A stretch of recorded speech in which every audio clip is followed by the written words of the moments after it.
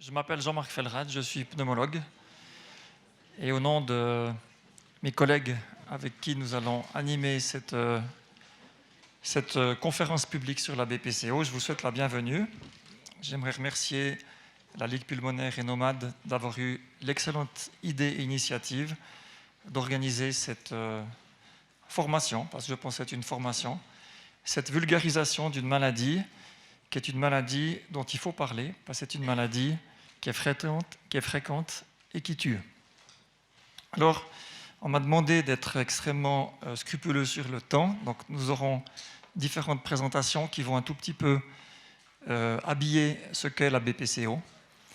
Et puis, nous finirons par une table ronde avec un témoignage de patients, et puis la participation également d'une infirmière de Nomade, pour essayer de montrer comment sur le terrain est-ce qu'on peut s'améliorer dans la détection de cette maladie. Alors je vais commencer pour pouvoir focaliser le sujet correctement sur ce que c'est que la BPCO. Et puis, comme nous allons rester très minutés et que nous sommes dans la cité horlogère, j'ai pris un petit timer, ce qui fait qu'après 9 minutes, je sais qu'il ne me reste plus qu'une minute pour finir ma présentation et ce sera la même chose pour tout le monde.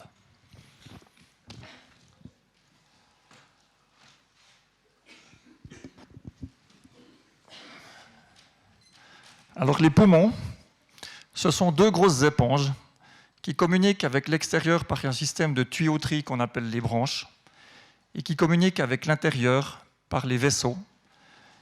Et la fonction de votre poumon, c'est un échangeur de gaz. Donc c'est lui qui va vous oxygéner à l'inspiration et éliminer le gaz carbonique à l'expiration. Quand chez un patient ou un sujet de plus de 40 ans, la résistance à l'écoulement de l'air dans la tuyauterie est augmentée, c'est ce qu'on appelle une bronchopneumopathie chronique obstructive ou une BPCO. Alors on le retrouve très volontiers chez le sujet tabagique sous nos latitudes, mais vous verrez qu'il n'y a pas que le tabac qui fait de la BPCO. Et quand, chez un sujet de plus de 40 ans, tabagique, la résistance à l'écoulement de l'air dans la tuyauterie est augmentée et que l'architecture de la grappe de raisin est détruite pour former des énormes boursouflures, c'est ce qu'on appelle de l'emphysème. Et l'emphysème est une variété de BPCO qui se caractérise par une destruction du poumon, ce qu'on appelle dans notre jargon du parenchyme pulmonaire. Plutôt que d'avoir des zones grisouilles comme ça, vous avez des zones de déshabitation toutes noires, qu'on voit ici en périphérie du poumon, ou bien extrêmement extensives, comme on le voit ici. C'est donc un problème de tuyauterie. Et comme je dis aux gens, le poumon, c'est comme une baignoire. La baignoire va se vider complètement, mais plus lentement parce qu'il y a des cheveux dans le siphon. Et ce concept de cheveux dans le siphon, c'est le concept de résistance qu'il y a à l'écoulement de l'air.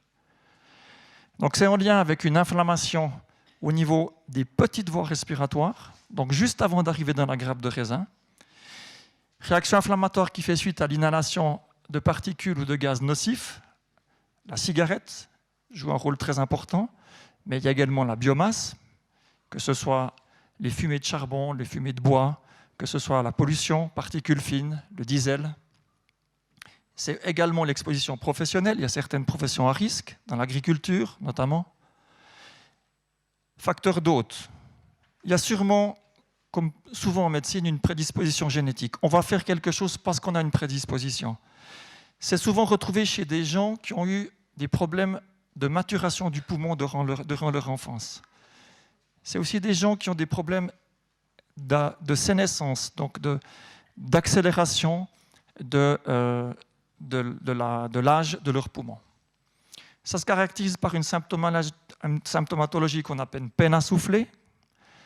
Ça peut être de la toux, ça peut être des crachats. Ce qui est important, c'est comme l'élément est résistif au niveau de la limitation des débits, donc des voies respiratoires, le diagnostic, c'est un diagnostic qui se fait en soufflant à travers un appareil qu'on appelle un spiromètre. Donc on ne peut pas parler de BPCO en questionnant les gens, on peut suspecter une BPCO en questionnant les gens, mais le diagnostic repose sur une limitation des débits.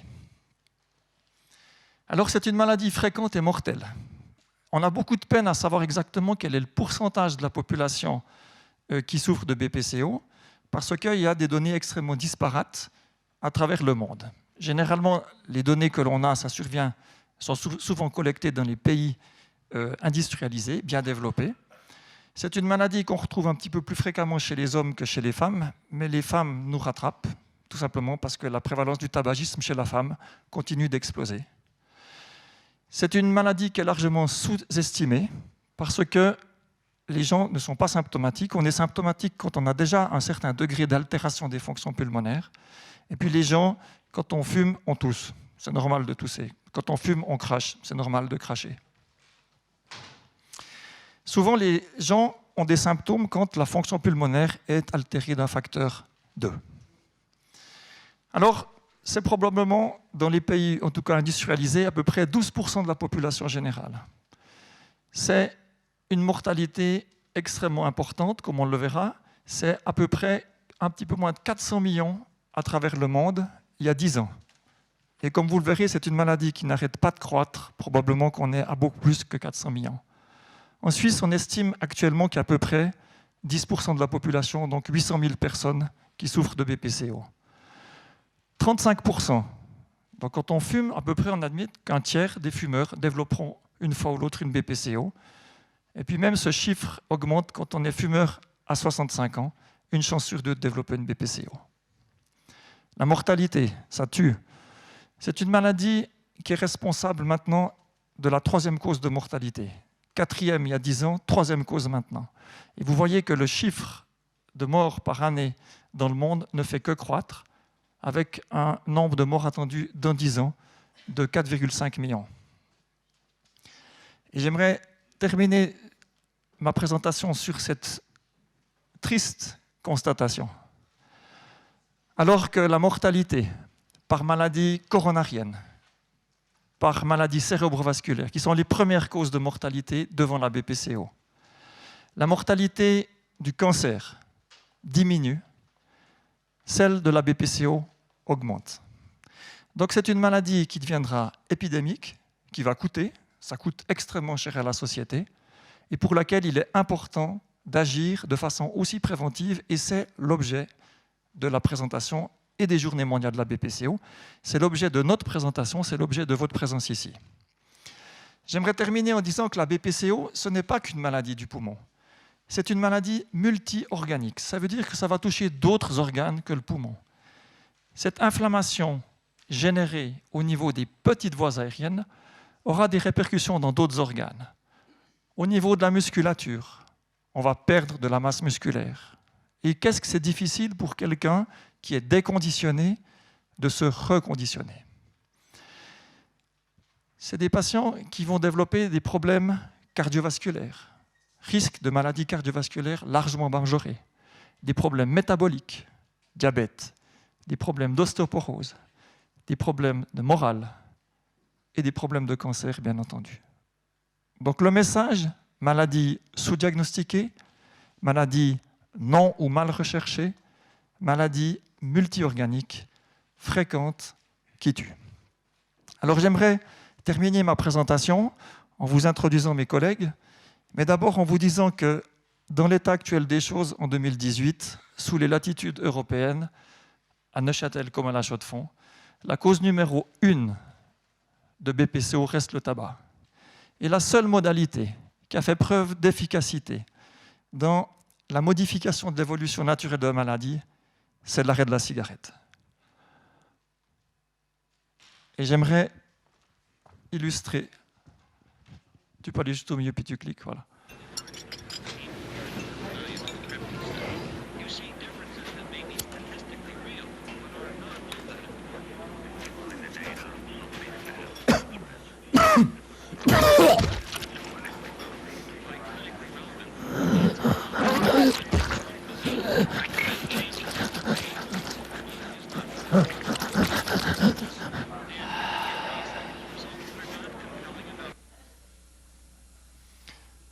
Il n'y a pas mesure plus efficace que l'arrêt de la cigarette. C'est vrai qu'on est dans le canton de Neuchâtel et qu'on dépend, sous le plan économique, de l'industrie de la mort, mais ça reste la mort. Voilà. Alors, il me reste 1 minute 45 pour introduire les orateurs suivants. Donc, durant la table ronde, vous aurez la possibilité de poser des questions sur les différentes présentations. Je crois que le plus important, c'est que ça reste interactif. Il n'y a pas de questions bête, il n'y a pas de questions qu'on n'ose pas poser. Je crois qu'il faut y aller. Je pense que c'est important de pouvoir parler d'une maladie méconnue et d'une maladie dont on a besoin de s'apprivoiser pour pouvoir mieux la diagnostiquer. Maladie méconnue, c'est l'objet de la présentation de mon collègue, le docteur Clark, pneumologue à la Chaux-de-Fonds, médecin référent de la Ligue, qui va vous parler d'une magnifique enquête qu'il a conduite avec la Ligue et Nomade dans la population du canton Le Locle. Passion de nomade, voilà. Grégory, merci. Voilà, donc, je vais vous parler donc de cette étude qui a été faite, dont les résultats ont été surtout excellents et surtout une participation qui nous a largement étonnés. Donc j'en profiterai aussi pour remercier tout le monde d'un travail énorme. Je vais redire 2-3 choses. Effectivement, c'est une maladie méconnue parce que, comme l'a dit Jean-Marc, c'est la 3e cause de mortalité actuellement dans le monde entier. Principalement un petit peu différente dans les pays en voie de développement, mais globalement, ça reste la 3e cause de mortalité. Et effectivement, avant la mortalité liée au cancer, qui est la maladie par excellence dont tout le monde a redoute pour sa santé.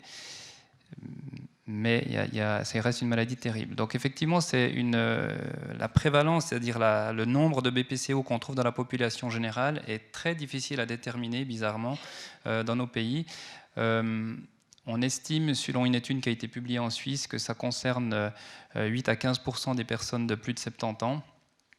Et un tiers, comme l'a dit Jean-Marc, et ça c'est important parce que ça c'est un message qu'on a tendance à oublier, un tiers des patients sont non-fumeurs. Effectivement, les chiffres varient puisque j'ai un chiffre plus optimiste que Jean-Marc, mais effectivement 400 à 800 000 personnes en Suisse souffrent de bronchopneumopathie chronique obstructive. Et ça, c'est pour illustrer justement ce cas-là. C'est ici ce qu'on retrouve comme un BPCO chez les non-fumeurs dans les pays du monde entier.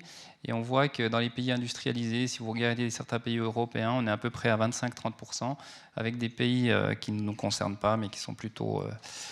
par exemple, en Afrique du Sud, on a 50% des cas qui sont des non-fumeurs, et ça, c'est lié à ce qu'ils utilisent, par exemple, pour se chauffer, du bois, etc., des systèmes qui sont mal fabriqués, et ils s'exposent à de nombreuses poussières, mais quand même, un tiers des patients sont des non-fumeurs. Ça, c'est des données de l'Obsan, donc, qui ont été publiées en Suisse. Une question simple, on téléphonait aux gens, on leur demandait s'ils avaient une BPCO. C'était quelque chose de relativement banal. Et puis, en fait, on voit très bien que la proportion en fait augmente avec l'âge. C'est une maladie plutôt de la 2e partie de sa vie. Et puis c'est une maladie aussi qui est un peu injuste comme beaucoup de maladies, puisqu'elle touche surtout les gens qui ont des revenus plutôt moindres, parce qu'ils ont des conditions de vie moins bonnes, ils fument plus, ils ont des hygiènes de vie qui sont défavorables. Donc c'est une maladie insidieuse, reconnue trop tard, toujours tardivement diagnostiquée par les médecins en général. Et paradoxalement, dans le monde entier, très peu de gens connaissent le terme BPCO. Et si vous prenez des études qui ont été faites en Corée, au Brésil, en Espagne, globalement, dans la population générale, avec les termes qui correspondent à la langue du pays, bien entendu, on a globalement moins de 10% de la population qui connaît ce terme-là, qui en a entendu parler. C'est sous-diagnostiqué, puisque aux États-Unis, on estime que jusqu'à 86% des cas ne le sont pas. Un cas sur 2 à peu près en Europe, voire plus. Mais il y a aussi des patients qui sont même surdiagnostiqués. Donc on les taxe de BPCO alors qu'ils ne le sont pas, tout simplement parce qu'on ne fait pas les tests qu'il faut, et en particulier la spirométrie, le test qui est très simple. On va parler Jean-Marc. Et puis c'était en 2016, dans le cadre de cette journée de la BPCO, on a décidé de faire une action et donc une étude aussi par rapport à la représentation de la BPCO dans la population du canton avec l'aide de Nomade. Donc dans cette population assez sélectionnée, puisque c'était des gens qui devaient avoir des soins à domicile. Donc ce n'est pas toute la population, c'est des soins qui bénéficiaient de soins à domicile. Et on a questionné en fait dans cette population-là si le terme BPCO et emphysème était connu. On faisait un test de risque, comme on appelle, pour voir si ces personnes étaient à risque d'avoir une BPCO. On leur demandait s'ils connaissaient le terme BPCO ou emphysème. On leur posait les questions sur leur habitude de tabac, s'ils avaient un traitement inhalé, s'ils bénéficiaient d'oxygène, leur poids, etc. Et si on pouvait, on a fait une spirométrie, mais ça a été relativement difficile. Et là, on a été assez étonnés, nous, quand on a reçu les premiers chiffres avec Marc et ceux qui ont participé à l'étude, d'avoir 724 questionnaires récoltés en 3 semaines, ce qui est vraiment un chiffre vraiment énorme, avec certains patients qui ont, 724 participants, mais 639 patients qui ont accepté de participer. Et après, pour différentes raisons, comme toujours, quand il y a des questionnaires, il y a des fois des données incomplètes, donc on en a gardé 444 pour pouvoir analyser les données correctement. Les résultats, donc c'était des patients âgés, forcément, puisqu'ils bénéficiaient de soins à domicile, 80 ans en moyenne. 15% de fumeurs, ce qui correspond à ce qu'on retrouve dans la population, en tout cas par l'Office fédéral de la statistique, dans cette population. 12% avaient un traitement inhalé. Un quart de ces patients avaient eu une spirométrie ou se souvenaient, et 9% connaissaient le terme de BPCO, donc ce qui est un chiffre assez similaire à ce qu'on retrouve dans d'autres pays donc dans le monde, donc au Brésil, Corée, Espagne, pour ceux qu'on a retrouvés. Et à peu près 14% des gens étaient un groupe à risque élevé d'avoir une BPCO. Ça ne veut pas dire qu'ils l'avaient, mais ils étaient dans un groupe à risque par rapport à ce qu'ils présentaient comme symptômes. Donc une très mauvaise connaissance de la BPCO dans la population générale, plus de gens qui connaissent le terme emphysème, c'est un terme plus ancien, et ça aussi on retrouve dans le monde entier, le terme emphysème est généralement mieux connu par la population. Si on prend les risques donc par groupe de risques, 1 et 2, c'est peu de risque d'avoir une BPCO, 3, c'est intermédiaire, et 4, c'est un risque élevé d'avoir une BPCO. On trouvait beaucoup plus d'hommes, alors qu'on avait en moyenne 65% de femmes. Dans cette étude, on avait 53% des hommes qui étaient à risque de BPCO, des gens plus jeunes aussi, bien entendu plus de fumeurs. 40% bénéficiaient de traitements inhalés, mais ce n'est pas beaucoup par rapport à un risque qui semble élevé dans cette population. Et seul un tiers de ces patients avaient ou se souvenaient avoir eu une spirométrie, ce qui est extrêmement peu. Donc l'examen indispensable pour poser le diagnostic. Alors qu'ils présentaient des symptômes vraiment très... Si on demande à un médecin par rapport aux symptômes présentés, est-ce qu'il a une BPCO, 99% des médecins vous diront on va rechercher une BPCO, mais très peu ont eu un test.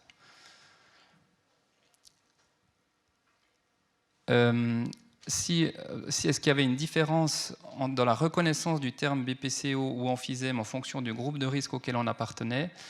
Bizarrement, ça n'était pas le cas. Donc c'est pas parce qu'on avait beaucoup de symptômes qu'on connaissait mieux le terme BPCO. Seul le fait d'être fumeur augmentait la probabilité qu'on connaisse ce terme-là et qu'on nous en ait parlé.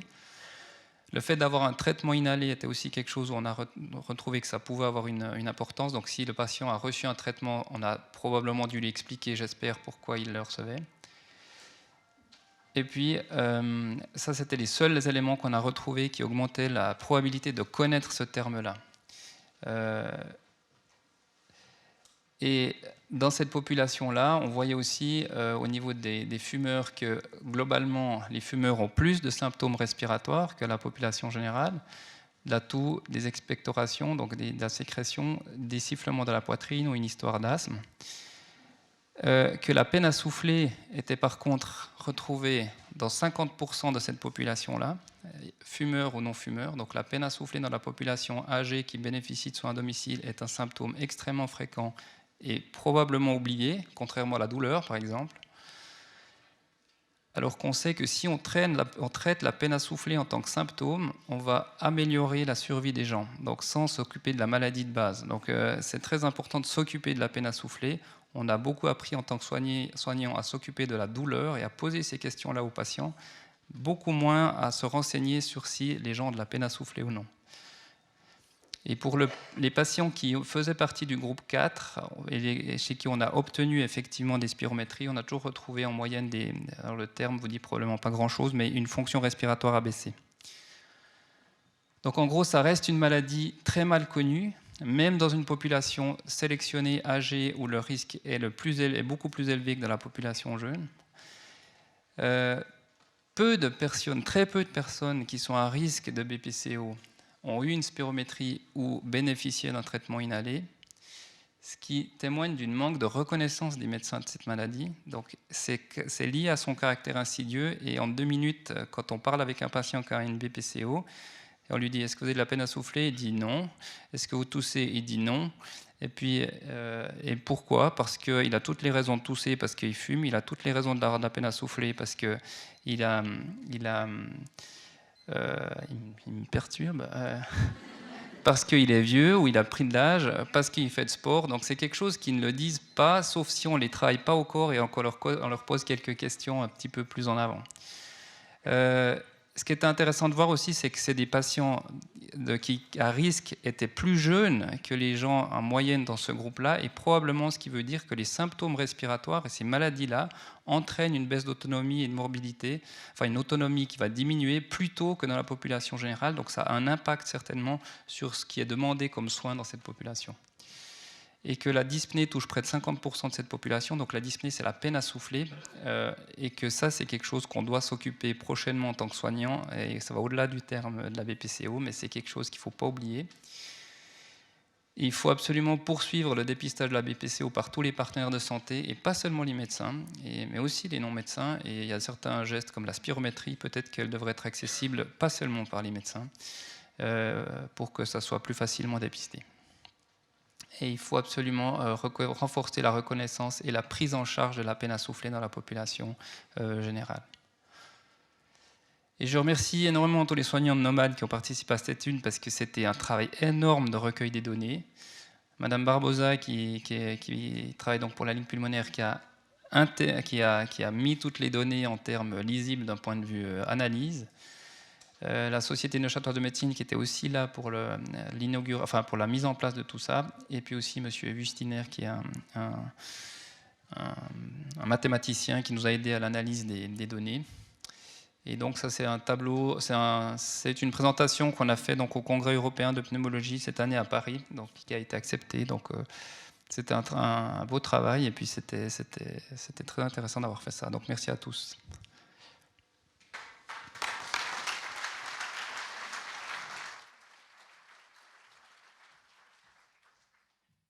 Voilà, merci beaucoup Grégory. Donc, comme je vous l'ai dit, on discutera des présentations après. Vous voyez qu'il y a encore beaucoup de travail à faire dans l'étude de terrain sur la BPCO. Alors j'accueille maintenant avec plaisir Madame Marmonnier, qui est physiothérapeute à la Ligue, qui va nous parler de l'importance de réentraîner les patients à l'effort, les patients BPCO à l'effort. Merci beaucoup.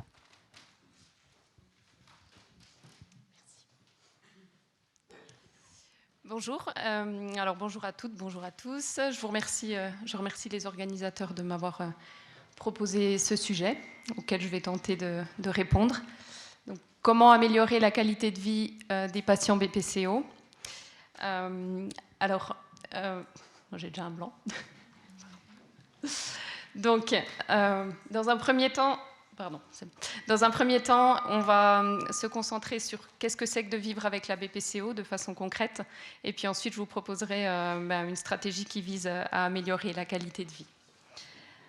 Alors, le docteur Clark et le professeur Felrat l'ont évoqué. La BPCO entraîne une altération globale de la qualité de vie de l'individu avec toutes les composantes qui vont être affectées. À partir de la dyspnée, en fait, on va avoir un cercle vicieux du déconditionnement qui va entraîner une sédentarisation, qui va ne faire qu'accentuer la perte musculaire et générer au niveau neuropsychologique des facteurs de stress, d'anxiété, jusqu'à des états dépressifs. Donc, le patient va être vraiment dans une situation d'invalidité en raison de sa BPCO. Alors moi, ce que je vous propose, c'est en pratique, j'entends beaucoup de choses que me racontent les patients, et puis je voulais vous relater certaines de leurs paroles pour que vous ayez une idée de ce que c'est le quotidien d'une personne BPCO. Par exemple, au niveau de l'état général, on l'a entendu déjà 1000 fois aujourd'hui, c'est j'ai de la peine à souffler. Ça peut être j'ai de la peine à souffler quand il pleut, quand il fait froid, quand il fait chaud, peu importe, tout est possible. Et tout peut avoir une influence sur l'essoufflement. Les relations familiales, des personnes qui vont nous dire moi je peux plus garder mes petits-enfants, ils courent partout, j'arrive pas à les suivre, je peux plus les porter. Les performances physiques, ça peut être j'arrive même plus à me faire à manger, à descendre à la boîte aux lettres, ou j'arrive plus à aller me balader autour de chez moi. La sollicitation du réseau de soins, c'est quelque chose qui est largement évoqué par les patients qui vont crouler sous les rendez-vous médicaux, ça va leur demander beaucoup d'efforts, beaucoup de temps, d'organisation, de se rendre à ces rendez-vous ou voilà, d'accueillir aussi les soignants chez eux. C'est quelque chose qui occupe leur journée, mais pas forcément de façon très agréable. Les activités de la vie quotidienne, certains patients vont déplorer ne plus pouvoir aller faire du voilier, alors que d'autres vont déplorer ne plus pouvoir faire leur toilette tout seuls. La sexualité, c'est plus timidement abordé par les patients, mais ça a toute son importance. Donc, des patients relatent le fait de ne plus pouvoir satisfaire leur conjoint, c'est quelque chose qui les préoccupe, qui est souvent aussi tabou dans le couple. Les projets, ils vont souvent devoir revoir leurs projets à la baisse. Donc, peut-être des patients se disent que s'ils arrivent toujours à aller jouer aux cartes une fois par semaine avec leurs amis, ils sont déjà contents. Et puis d'autres vont peut-être annuler leurs vacances et puis faire quelque chose de plus proche. Voilà, donc on pourrait en raconter des milliers de phrases comme ça. Le but, ça va être maintenant de voir ce qu'on peut faire pour agir là-dessus, sur cette qualité de vie. Et ce qu'on voit, c'est qu'il y a vraiment une hétérogénéité des ressentis. Ce qu'il faut rappeler, c'est que l'atteinte bronchique, donc l'atteinte au niveau pulmonaire, elle n'est pas prédictive de ce que va pouvoir ou ne pas pouvoir faire le patient. Il va y avoir des patients qui vont avoir une atteinte sévère, qui vont être capables de sortir de chez eux, de faire des activités, et puis d'autres avec une atteinte modérée qui vont être à domicile et être vraiment dans une détresse physique et psychologique. Donc la notion de dépendance, par contre, elle est vraiment rapportée par l'ensemble des patients, la dépendance des proches, la dépendance aux soignants. Et voilà, on a vraiment l'entièreté de l'individu qui est affecté. Et puis même si chaque patient est unique, tous vivent un véritable combat. Donc vraiment au quotidien, c'est un combat de vivre avec la BPCO. Et puis si on fait l'analogie ici avec Rocky Balboa, il a tout gagné, il a tout raflé, on l'a toujours vu sur le devant de la scène, mais c'est certainement pas tout seul qu'il a réussi à faire ça. Il faut s'imaginer qu'il y a eu toute une équipe derrière lui, préparateur physique, psychologue, nutritionniste, et puis toute la famille aussi pour l'encourager, le stimuler. Donc c'est ça qu'on va proposer aux patients BPCO, ça va être de les accompagner pour mener leur combat et puis avancer vers le mieux. Alors, en pratique, comment faire? Donc, il y a différents outils. Je ne reviendrai pas sur les traitements médicamenteux ou les différents appareillages, mais on va vraiment se focaliser sur la réhabilitation respiratoire. Donc, il y a vraiment une prise en charge globale, interdisciplinaire, qui va comporter, sans y être limité, mais déjà ces trois composantes-là. Et par exemple, donc le réentraînement à l'effort, qui va être une partie du programme, que je vais détailler après, les ateliers d'éducation thérapeutique, et puis un suivi personnalisé en fonction des besoins du patient, que ce soit psychosocial, nutritionnel, le sevrage tabagique. Pour ça, je laisserai mes collègues Laurence Bourquin et Sarah Crozilla vous en parler tout à l'heure. Alors, la réhabilitation respiratoire, ses objectifs, c'est vraiment de diminuer ce qui a créé tout le déconditionnement. En fait, c'est vraiment de diminuer cette sensation d'essoufflement. Et pour ça, il va falloir, ce qui va permettre d'augmenter la tolérance à l'effort. Et aussi, le patient va devoir renforcer ou acquérir des comportements pour vivre avec cette maladie chronique. Et tout ça dans le but d'améliorer ou de maintenir la qualité de vie. En pratique, le patient va être évalué au début, au milieu de programme et à la fin de programme, et également on va lui proposer de fixer des objectifs pour que ça fasse sens pour lui. L'éducation thérapeutique du patient. Donc là, on a un exemple d'un atelier sur les thérapies inhalées pour voir avec les patients si leur technique d'inhalation est bonne, parce que finalement, si le traitement est mal pris, les symptômes ne vont faire qu'être augmentés ou mal contrôlés. Alors, dans tous les ateliers, le but, c'est vraiment de faire que les patients se côtoient, échangent des stratégies, échangent des éléments pour voir si ça leur convient ou pas, hein, de tester un peu avec d'autres personnes qui ont la même chose qu'eux. Finalement, on trouve que c'est beaucoup plus intéressant de faire ça que d'aller simplement donner des conseils ou dire faites comme ci, comme ça. Donc, on veut vraiment susciter l'auto-efficacité du patient, sa gestion autonome au quotidien en fonction de ses objectifs. Il y a différentes thématiques, l'estime de soi, l'alimentation aussi qui a tout son rôle parce qu'on a tendance à avoir chez certains patients BPCO une fonte musculaire très très importante qui va pas faciliter les choses pour les déplacements, pour justement la gestion de la dyspnée. L'activité physique, l'incontinence urinaire, la sexualité, le tabagisme, donc beaucoup de thématiques abordées où le patient choisit ce qui lui convient. Le réentraînement à l'effort, donc là c'est la grosse partie, l'autre grosse partie du programme de réhabilitation respiratoire. Son objectif va vraiment être de remuscler le patient. S'il a plus de muscles, l'activité qu'il faisait avant, qui lui coûtait peut-être 8 sur une échelle d'essoufflement de 0 à 10, va peut-être lui coûter seulement 6 si il a plus de muscles. On va travailler en endurance, on va travailler à une intensité élevée.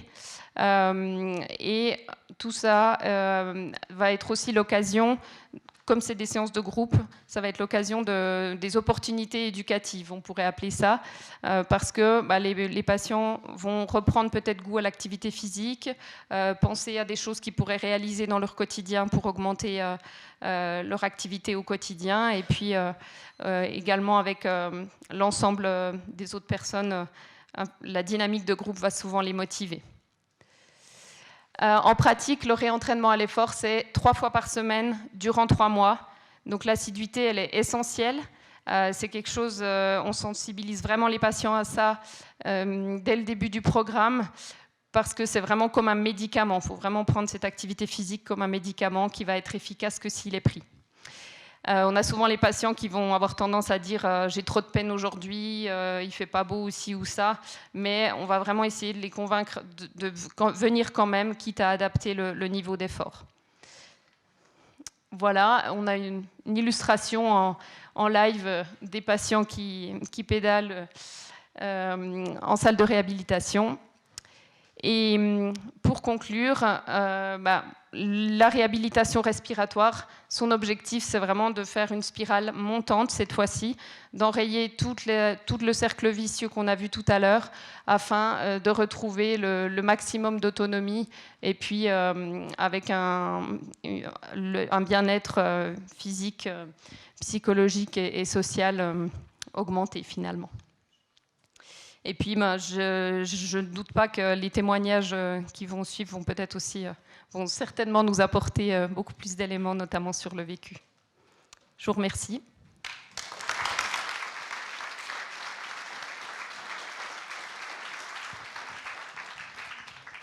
Donc vous voyez, ce qui est déjà réjouissant, c'est que pour cette maladie, qui est une maladie terrible, on a quand même quelque chose à proposer pour améliorer leur qualité de vie. Et ça, je pense que c'est un concept qui est extrêmement important et qui est encourageant aussi à donner aux patients atteints de BPCO.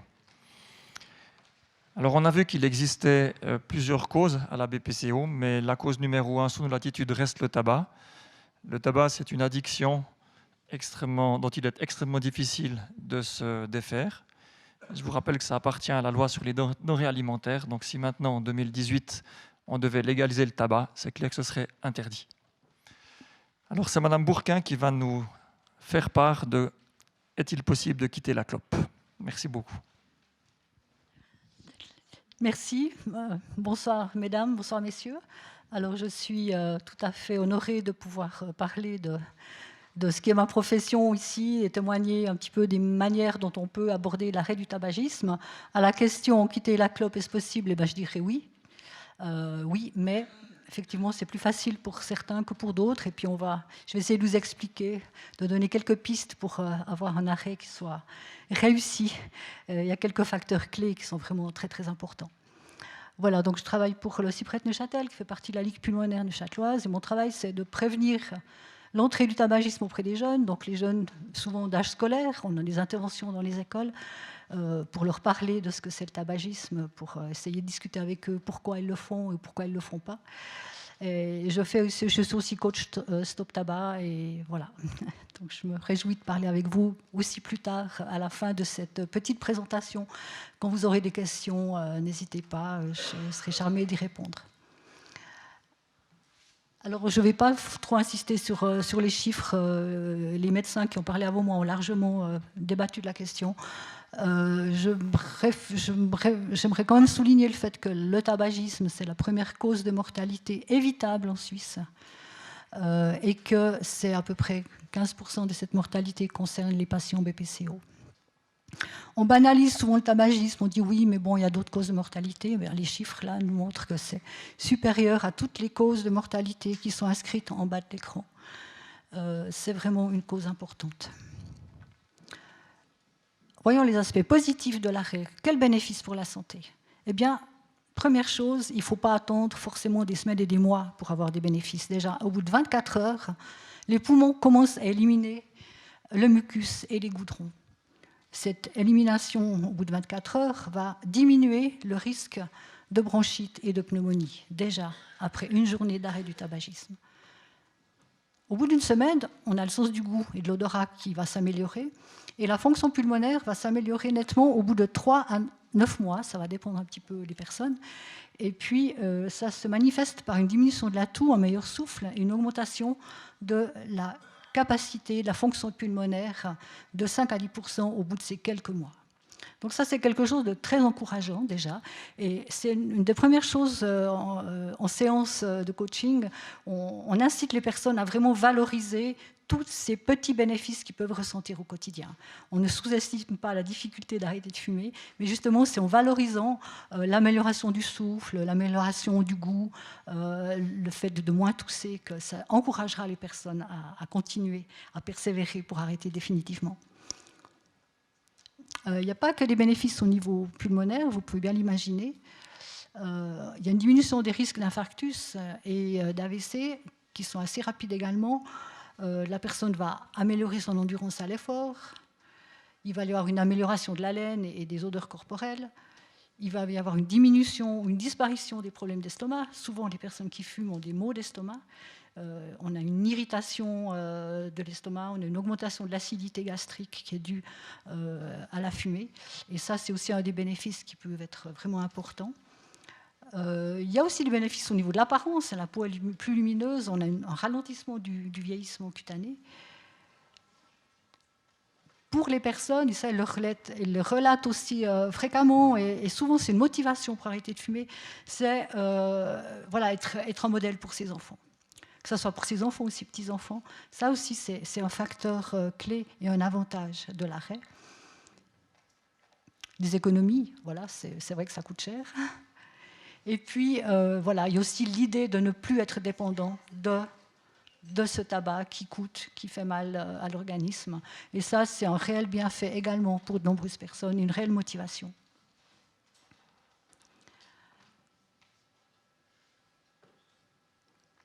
Il ne faut pas sous-estimer les difficultés. Les symptômes de sevrage font peur à beaucoup de personnes. La perte de plaisir, le plaisir de fumer, mais aussi le plaisir de l'instant. Qu'est-ce qui accompagne le fait de fumer? Des situations stressantes. Souvent, les personnes qui fument, elles gèrent leur stress avec la fumée. Elles ont appris à gérer ces situations désagréables en fumant. Et donc, il faut qu'elles réapprennent à d'autres méthodes de gestion de ces situations stressantes. Le fait d'avoir un entourage fumeur, que ce soit ses amis ou sa famille, c'est aussi quelque chose qui peut compliquer l'arrêt. La déprime.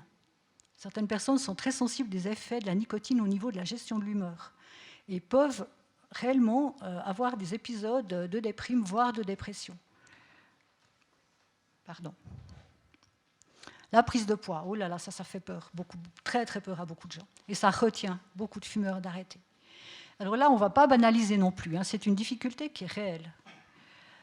Si on regarde les statistiques, il y a à peu près 2/3 de personnes qui arrêtent de fumer qui prennent du poids. Maintenant, sur ces 2/3, on va avoir la moitié qui prennent quelques kilos et une autre moitié qui vont prendre passablement plus de kilos. Donc il y a une catégorie de personnes qui vont rejoindre ce qu'on appelle leur poids normal. Il faut savoir que la personne qui fume un paquet de cigarettes par jour va dépenser 200 calories de plus que si elle ne fumait pas. Donc en arrêtant simplement de fumer, c'est comme si elle mangeait 200 calories de plus. Et cet excès, enfin, cette diminution de la dépense énergétique va expliquer une prise de 2 à 3 kilos.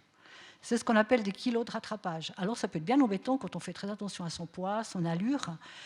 Mais en fait, vis-à-vis des bénéfices de l'arrêt du tabagisme, ces 2 à 3 kilos, c'est rien du tout. Alors voilà, il faut composer avec soi après, c'est bien clair. La prise de poids, si on est sujet à des boulimies ou à une manière de gérer son stress avec l'alimentation, ça vaut la peine de consulter une diététicienne si on veut arrêter la cigarette pour minimiser le risque de prise de poids. Et on a un tiers de personnes qui n'en prennent pas du tout, voire qui en perdent. Les échecs antérieurs, ça c'est quelque chose aussi qui peut retenir les gens. Oh, j'ai déjà essayé 15 fois, c'est pas possible, non, je m'en fous, tant pis, je mourrai comme ça, c'est pas... Eh bien non, ça ne doit pas être quelque chose qui retient. À chacun de ces éléments-là, on va avoir des solutions. Les solutions, eh bien nous, ce qu'on propose aux personnes, c'est de ne pas faire un arrêt tout seul. On sait qu'une personne qui se fait accompagner, elle a beaucoup plus de chances de réussir. Et les coachings par des professionnels de la santé qui sont formés en tabacologie vont se faire au cours d'entretiens personnalisés, toujours de manière individuelle et de manière... Il n'y a pas de solution standard. Hein. C'est vraiment en discutant avec la personne qu'on arrive à trouver des solutions pour remplacer la cigarette aux différents éléments, aux différents moments de la journée. On va trouver des stratégies pour avoir un changement de comportement qui se passe en douceur, mais qui soit durable. Toutes les solutions que trouve la personne doivent être durables. On va aussi poser à la personne la question du niveau de dépendance à la nicotine. Il y a des petits tests très simples qui permettent d'évaluer le niveau de dépendance. Et selon le niveau de dépendance, on va proposer une substitution nicotinique de manière à diminuer les symptômes de sevrage. Et puis, on va aussi encourager la personne à prendre soin d'elle de manière globale, c'est-à-dire d'avoir une activité physique régulière, de pratiquer des activités de détente, ça peut être des activités de loisirs, pourquoi pas d'apprendre à se relaxer, de pratiquer par exemple la méditation en pleine conscience, on sait que c'est quelque chose qui est très efficace dans la gestion des dépendances, et puis prendre soin de son alimentation, pas seulement pour éviter de prendre du poids, mais dans un contexte global d'améliorer son hygiène de vie. Et tous ces éléments-là vont multiplier les chances de quitter le tabagisme de manière durable. Où est-ce qu'on peut trouver du soutien pour arrêter de fumer dans le canton de Neuchâtel ? Eh bien, auprès de la Ligue pulmonaire neuchâteloise, à La Chaux-de-Fonds et à Peseux. Il existe également une consultation de tabacologie au service de pneumologie de l'hôpital Portalès, à Neuchâtel. Et puis, à Neuchâtel également, auprès du Sans Fumée, le CIPRET, donc le Centre d'information et de prévention du tabagisme. Vous trouverez des spécialistes qui accueillent les candidats à l'arrêt. On trouve aussi du soutien pour arrêter de fumer à distance. On a ici la ligne téléphonique Stop Tabac qui offre un soutien gratuit dans les langues nationales et aussi dans les langues étrangères qui sont le plus couramment parlées dans notre pays. Vous avez des sites internet qui vont proposer des informations, des forums où on peut télécharger des applications pour son smartphone. Les chances de réussite, eh bien, si on s'y lance tout seul, malheureusement, elles ne sont vraiment pas du tout élevées. Sur 100 tentatives, il y a 0,5 à 3 réussites seulement, au bout d'une année. Si on a un soutien pour un professionnel, on augmente les chances de 5 à 10 sur 100. Et si on prend en plus des substitutions nicotiniques adaptées à son niveau de dépendance, on monte jusqu'à 30 chances de réussir sur 100. On compte en moyenne 5 tentatives pour arrêter définitivement le tabac. Donc ça, c'est pour encourager les personnes qui ont essayé 1 ou 2 fois, qui n'ont pas réussi. Vous avez de la marge. La substitution nicotinique, je ne vais pas trop m'attarder là-dessus, mais enfin, ils sont multiples, ces substituts, ils sont très efficaces. Il faut les prendre de manière suffisante. Souvent, les personnes qui utilisent des substituts nicotiniques sont sous-dosées, et c'est pour ça que ça ne marche pas. Donc c'est vraiment important d'évaluer la dépendance et de prendre des substituts en dosage suffisant et puis aussi pendant un laps de temps suffisant. Il y a d'autres facteurs de réussite que ces substituts. Il y a la motivation, savoir pourquoi on veut arrêter, définir qu'est-ce qu'on attend d'une vie sans fumer, c'est-à-dire quels sont les bonus qu'on attend de ce changement de comportement. C'est important de prendre conscience que ce changement d'habitude, il faut quand même travailler là-dessus pendant quelques temps. Et puis également apprécier tous ces avantages d'une vie sans fumer. C'est en appréciant les bons côtés que ça donne envie de continuer. Alors, pour ceux qui sont concernés, n'attendez plus. Passez à l'action. Je vous remercie.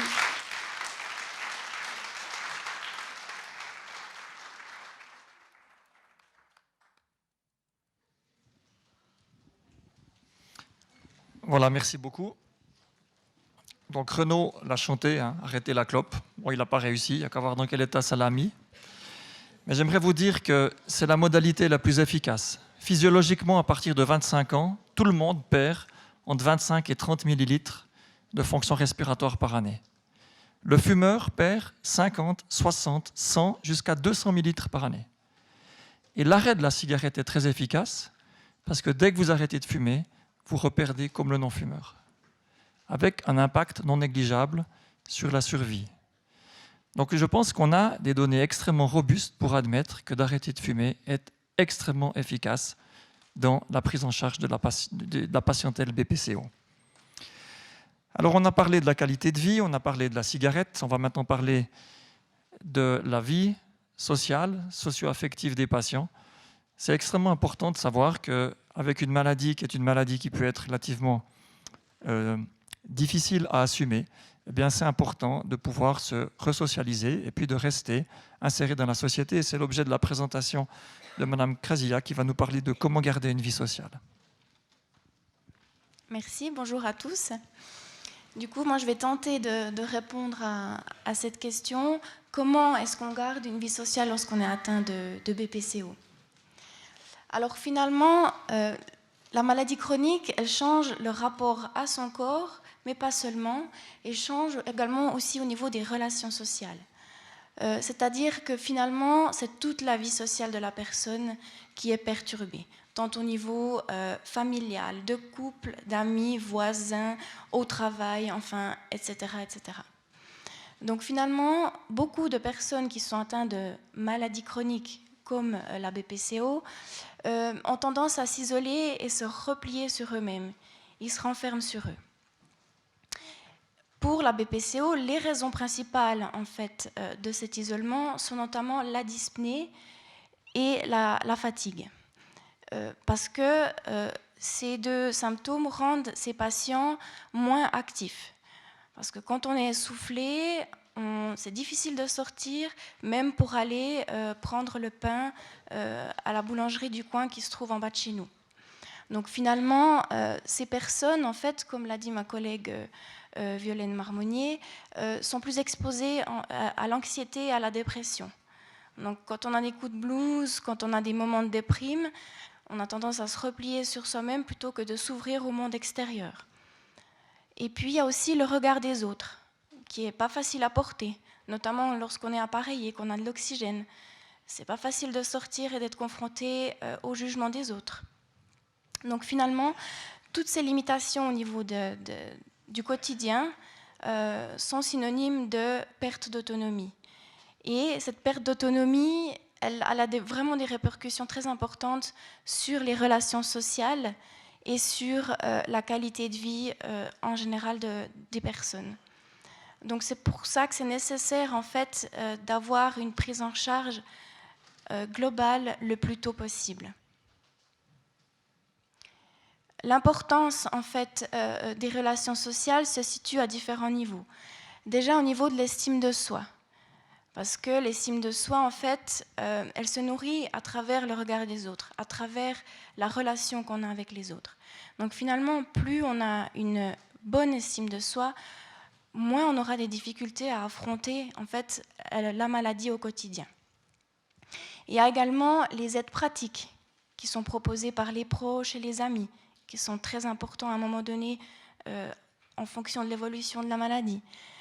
Les relations sociales nous apportent du soutien, du réconfort, ça valorise. Ça répond également à un besoin de vivre une vie normale sans se sentir abandonné à soi-même. Et puis finalement, en fait, les personnes qui ont un bon réseau social, on remarque que ces personnes vivent plus longtemps et ces personnes ont une meilleure santé, tant au niveau physique que psychique. Au niveau de la littérature, en fait, de nombreuses études nous disent que les relations sociales, en fait, peuvent déclencher ou influencer des processus biologiques. Donc on sait actuellement que l'intégration sociale, ça a des effets directs sur la gestion du stress, l'équilibre hormonal, le système immunitaire et les processus inflammatoires. Donc finalement, on peut dire que la vie sociale soigne les gens. C'est vraiment une ressource très très importante, tant au niveau du bien-être, de la qualité de vie, de la santé, etc., etc. Donc comment peut-on faire lorsqu'on a tendance à s'isoler? Quelques astuces. Déjà, éventuellement aller voir un psychologue si on est prêt à franchir le pas. Le psychologue, en fait, va nous aider à lever certains blocages, à essayer de nous adapter au quotidien, à nos limitations, essayer de reprendre confiance en nous. Il y a aussi le fait de fractionner ses activités au quotidien. Au lieu de se fatiguer et perdre de l'énergie à faire une longue activité durant la journée, vraiment essayer de faire une petite activité le matin, par exemple, ou une petite activité l'après-midi. Il y a aussi le fait de se fixer des objectifs réalisables. Inutile de s'épuiser et finalement, lorsqu'on remarque qu'on n'arrive pas à atteindre un objectif, eh ben, c'est l'estime de soi qui est perturbée. Et du coup, après, on entre dans un cercle vicieux et ça ne va pas, en fait, nous apporter de la qualité de vie qu'on attend. Il y a aussi le fait de se faire plaisir. Il y a les moments privilégiés qui sont avec les personnes de notre entourage, des amis. Les moments conviviaux sont très, très importants. Ici, un témoignage, en fait, d'une dame qui a posté un message sur karenity.com. C'est le premier réseau social qui est destiné aux patients, aux malades chroniques. Et donc, en fait, cette dame, finalement, qu'est-ce qu'elle nous dit? Elle nous dit que oui, c'est pas facile. Oui, le regard des autres, c'est difficile. Oui, de porter l'oxygène à l'extérieur, c'est compliqué. Mais c'est important pour elle de continuer à faire des activités sportives. C'est important pour elle de continuer à faire des activités culturelles à l'extérieur de la maison.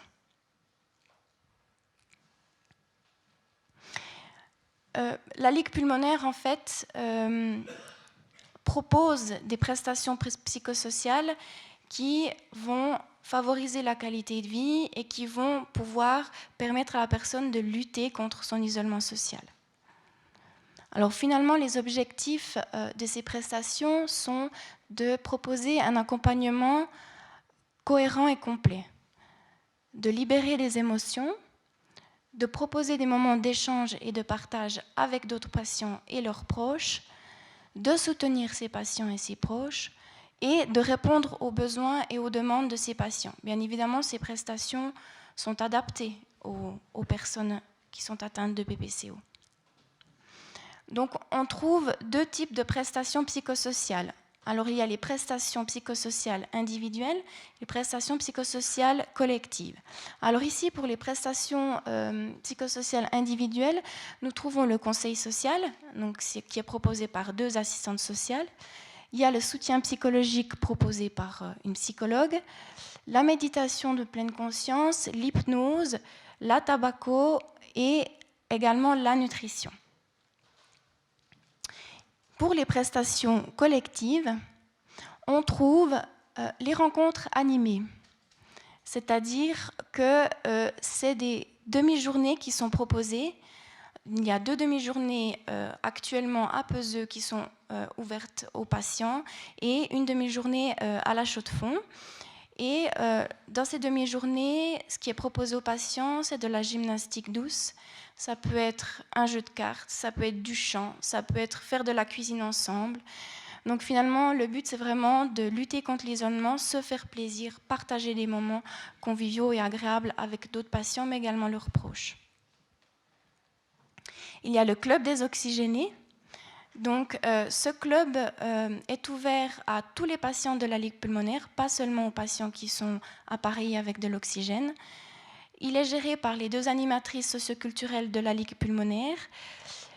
Et en fait, ces animatrices proposent environ 1 fois par mois des activités à l'extérieur de la Ligue pulmonaire.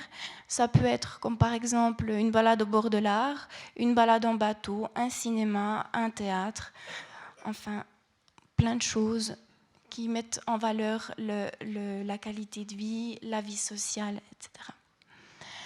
Il y a également les ateliers d'échange d'expériences et l'éducation thérapeutique.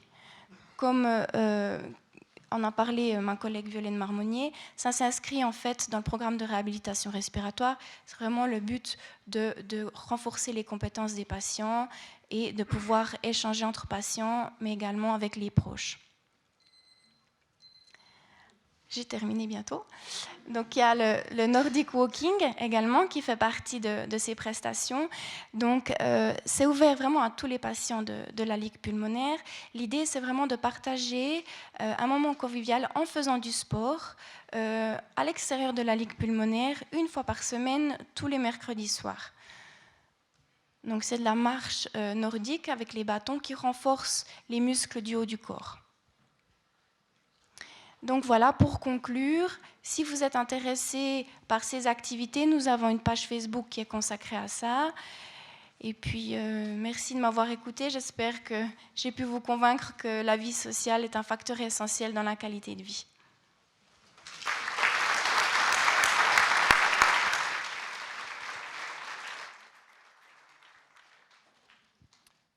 Alors, merci beaucoup aux différentes personnes qui se sont exprimées. Je pense que maintenant, on va passer à la partie interactive et puis j'accueille Madame Josiane Misala, qui a eu la gentillesse de nous rejoindre pour témoigner. Madame Misala va pouvoir peut-être rejoindre la hauteur. Et puis, je demanderai aussi à Madame Rousseau, qui est infirmière chez Nomade, donc ces 2 personnes viennent du Locle. Et puis l'idée, c'est finalement de regarder ce qui se passe dans la vie d'un patient ou d'une patiente BPCO. Donc je vais poser quelques questions à Madame Misala.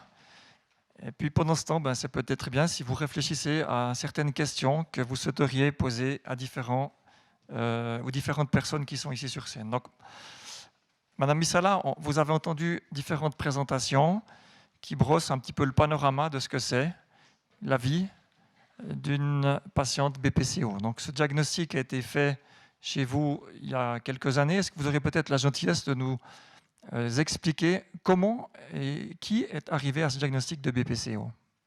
Pourquoi vous avez consulté? Alors, je suis arrivé à un stade où je pesais 44 kilos. Je ne pouvais plus respirer, je ne pouvais plus rien faire. C'est pas difficile. Et là, j'ai dit, il faut que j'arrête de fumer, parce que ça ne va plus. Et je ne voulais pas aller tout de suite chez le docteur, parce que je savais qu'on me dirait, il faut arrêter de fumer. C'est facile à dire, mais difficile à tenir. Alors j'ai commencé petit à petit, il m'a fallu 1 année pour arrêter de fumer, parce que j'ai fait ça toute seule. Et c'est vrai que c'est assez dur. Mais je dis, ceux qui peuvent être encouragés par quelqu'un, je pense que c'est bien. Et après, j'ai consulté. Quand j'ai consulté, c'était déjà pas mal avancé dans la maladie. Et là, j'ai commencé à la Ligue pulmonaire et je dis merci parce que je n'aurais pas eu la Ligue, je pense que je ne serais pas là pour vous parler. Et aussi au docteur Clark. qui m'a bien encouragée. Et je dis, s'il y en a qui ont des problèmes, la Ligue, c'est vraiment formidable. Voilà. J'oserais vous demander quels étaient les symptômes ou quelles étaient vos plaintes au moment où vous vous êtes dit « ça va plus, il faut que j'arrête de fumer », qui était le plus difficile pour vous à endurer. Est-ce que c'était une plainte physique, le manque de souffle, le fait d'avoir un petit poids, le fait de pouvoir moins faire de choses, le fait peut-être de vous isoler? L'isolement, ça vient, c'est un tout, ça vient avec le reste. Mais pour moi, ça a été le soir, je me couchais, et au moment où je me mettais en arrière, je ne pouvais plus respirer. Donc j'étouffais. Donc je passais mes nuits debout, parce que j'avais tellement peur d'étouffer, quoi, parce que je sentais que je n'arrivais plus à respirer. Et c'est là que j'ai eu un déclic. Je me suis dit, tu vas finir comme ça dans ton lit. Voilà. Parfait. Madame Rousseau, vous avez une activité par définition ambulatoire puisque vous allez au domicile des patients. On a vu dans le questionnaire ou dans l'étude que vous avez menée avec la Ligue pulmonaire et Grégory que la peine à souffler était un symptôme extrêmement prévalent puisque rencontré chez un fort pourcentage des sujets et qu'on sait que le pourcentage de peine à souffler augmente encore avec l'âge. Est-ce que c'est quelque chose qui vous... quelle est votre réaction par rapport à ça? Ce qu'on peut dire par rapport à l'étude qui a été menée du coup en collaboration entre Ligue pulmonaire et Nomade, c'est que finalement, on a un certain nombre de patients qui n'étaient déjà pas diagnostiqués. Et finalement, le fait d'avoir fait cette étude par le biais notamment de l'oxymétrie, donc ce qu'on appelle la saturation en oxygène, ça nous a permis de mettre en avant des résultats et de se rendre compte que, oui, on avait des patients qui avaient de la dyspnée ou qui avaient des saturations qui étaient inférieures à 90% ou 92%, et puis alors qu'ils étaient suivis par un médecin traitant pour d'autres maladies chroniques, mais qui n'étaient pas diagnostiqués BPCO. Et ça a permis vraiment de mettre en évidence tout ce qu'on peut faire, nous, au niveau du domicile, avec des patients, finalement, comment on peut déceler en priorité des patients qui sont qu'on a, nous, orientés vers leur médecin traitant et qu'on fait des tests ou pas de spirométrie pour un diagnostic de BPCO. Et finalement, c'est ça, de se dire que... quand nous, à domicile, on intervient, souvent, effectivement, ça a été démontré, on intervient pour des personnes qui sont âgées et qui ne peuvent plus faire des soins à domicile, soit parce qu'on prépare des semainiers, soit parce qu'on intervient pour de l'aide à la toilette. Mais en fait, ces patients-là, il faudrait déjà qu'ils soient diagnostiqués bien avant en préventif, parce qu'avant que nous, on intervienne, ils pourraient déjà être diagnostiqués et puis, effectivement, que des choses soient mises en place avec la Ligue pulmonaire, par exemple. Est-ce que le fait d'avoir participé à titre individuel à cette étude a changé votre regard sur la BPCO? Je vous pose cette question parce que dans le monde médical, souvent, le diagnostic de BPCO, c'est un diagnostic de dossier. Ça veut dire qu'une fois ou l'autre, un patient était à l'hôpital, un médecin assistant ou un chef de clinique a dit qu'il a une BPCO, mais le patient n'a jamais eu de spirométrie. On ne peut pas poser un diagnostic de BPCO si le patient n'a jamais été testé sur le plan fonctionnel. Je vous dis que c'est un problème de tuyauterie et de résistance accrue dans la tuyauterie. Alors, on peut identifier des groupes à risque, et ces groupes à risque, on peut après les référer à quelqu'un pour une spirométrie. Mais le simple fait d'avoir participé à cette étude, est-ce que ça a changé votre regard ou votre manière de procéder par rapport à un patient qui maintenant est essoufflé? Oui, je pense que le fait de se rendre compte que finalement le problème de la bronchite chronique, comme on appelle ça aussi communément, est la troisième cause de mortalité en Suisse. En tant que professionnel de santé, on est plus attentif aux symptômes. En fait, effectivement, quelque part, quand on intervient à domicile, que les gens sont dyspnéiques, on se dit oui, mais il est juste vieux. Enfin, ça fait partie du tout, quoi, de l'enveloppe globale, si on peut dire. Parce qu'il est connu pour des problèmes cardio-respiratoires. Donc, on se dit que s'il a une dyspnée, c'est souvent en lien avec l'insuffisance cardiaque. Alors qu'effectivement, l'étude qui avait été mise en avant montre que il n'y a pas que ça.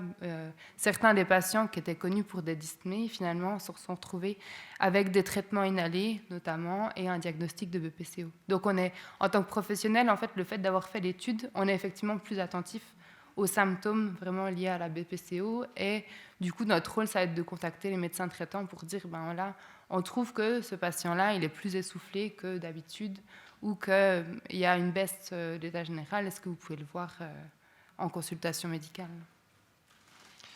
Madame Missala, je pense que vous avez fait, puisque vous avez passé entre les mains de mon collègue Clark, un programme de réadaptation respiratoire. Oui. À partir de quand est-ce que vous avez objectivé pour vous-même un bénéfice de cette approche? Donc, on a vu un programme de réadaptation respiratoire, c'est 3 séances par semaine pendant 3 mois, sous supervision physiothérapeutique. Moi, depuis le début. Bon, au début, je suis allée une première fois. Je n'étais pas tellement enchantée parce que Comme tout le monde, ouais, c'est dur, tout le monde nous regarde. Et j'avais pas tellement envie de bouger. Et on m'a dit que... quelqu'un m'a dit, vous ne voulez pas arriver à rien du tout comme ça si vous ne bougez pas. Ça m'a quand même un peu vexée. J'ai dit, je vais montrer que je vais y arriver. Et pour finir, j'ai très bien récupéré parce que je suis arrivée là, j'avais plus de muscles. Il n'y avait plus de musculation, il y avait la tête, ça n'allait pas. J'ai été très négligée. Et depuis ça, je suis en forme. vous avez arrêté de fumer il y a combien de temps? Alors là, ça fait la 3e année. Est-ce que vous avez encore des moments où... Merci, madame. Un fumeur sera toujours un ex-fumeur. Moi, ce que je dis aux gens, parce que Tintin, tout le monde connaît Tintin. Les Dupont, quand ils sont paumés dans le désert et qu'ils s'endorment, il y a les ornières. Quand on arrête de fumer, on sort de l'ornière, mais l'ornière, elle est toujours là. La tentation à reprendre une cigarette, même une taf, vous remet dans l'ornière, et c'est reparti. Voilà. Qui souhaite s'exprimer? Comme j'ai dit, il n'y a pas de mauvaises questions. Madame. Vous dites que ce n'est pas possible de sortir de l'ornière, oui, mais qu'on reste donc en absence, si vous voulez. Comment dire, que l'envie est là, mais ce n'est pas après. Ça fait 15 ans que j'ai arrêté de fumer. J'en ai plus envie. Alors, vous savez, madame, la vie a ceci de merveilleux qu'il n'y a jamais une seule boîte. Donc, je veux aussi vous dire qu'il y a des gens qui peuvent fumer 2 paquets de cigarettes par jour, et puis d'un jour à l'autre, arrêter de fumer sans aucun problème. Mais ce n'est pas la majorité. Vous avez la chance de ne plus avoir envie. Je vous promets que pour moi, ça fait 30 ans que je fais de la médecine. Les plus grands ayatollahs anti-cigarettes, c'est les anciens fumeurs. Et même eux, de temps en temps, me disent « c'est dur ». Même 30 ans plus tard. Mais la vie se décline avec différentes couleurs.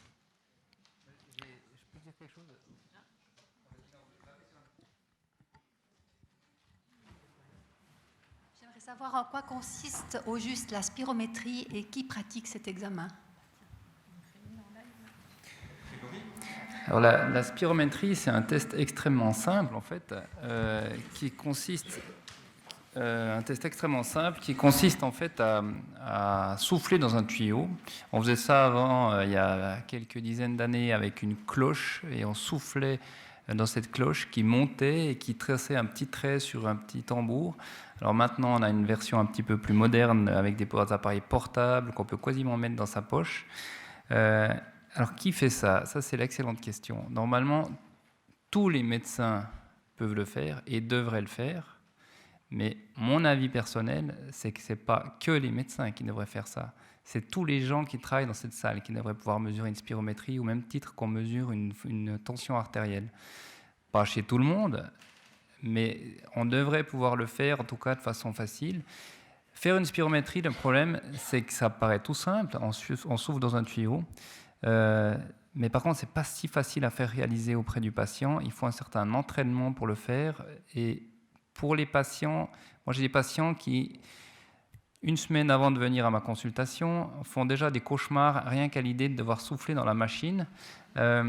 Parce que quand on est en pleine santé, c'est déjà un peu bizarre. Déjà après une seconde, vous avez l'impression qu'il n'y a plus d'air dans vos poumons, mais vous avez quelqu'un qui vous tanne le cuir en disant « Allez, allez, allez, allez, allez ».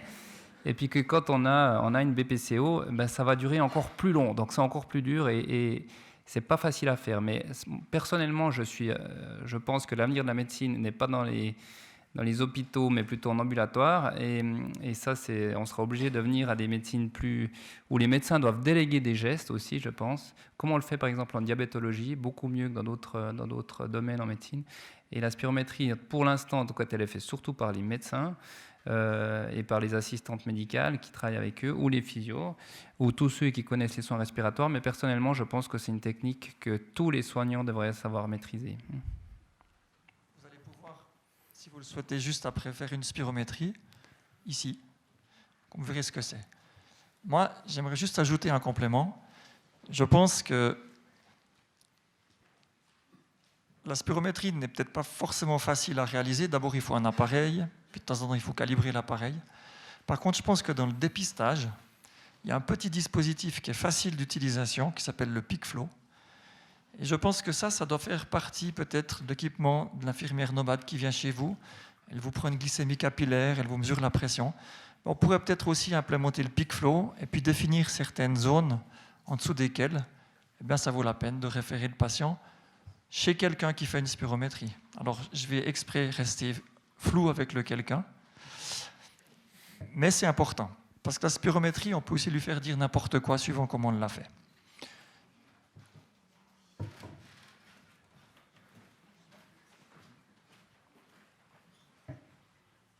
Ah, excusez-moi. Bonjour, moi j'en ai déjà vu 5 de spirométrie. C'est pas du tout, comment faut dire, douloureux, difficile à faire ou quoi que ce soit. L'important, je pense, que c'est quand on nous enferme dans la cabine puis qu'on est claustrophobe. Alors là, c'est le pire de tout. Voilà, c'est tout ce que j'avais à dire. Mais les médecins ont beaucoup d'imagination, vous savez.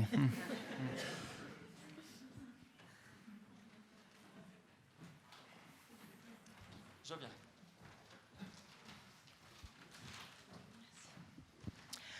Je trouve votre prise en charge à la ligue pulmonaire extrêmement complète. J'étais surprise en bien de voir que vous avez des psychologues, des assistantes sociales, des médecins référents, etc. Où sont vos diététiciennes ?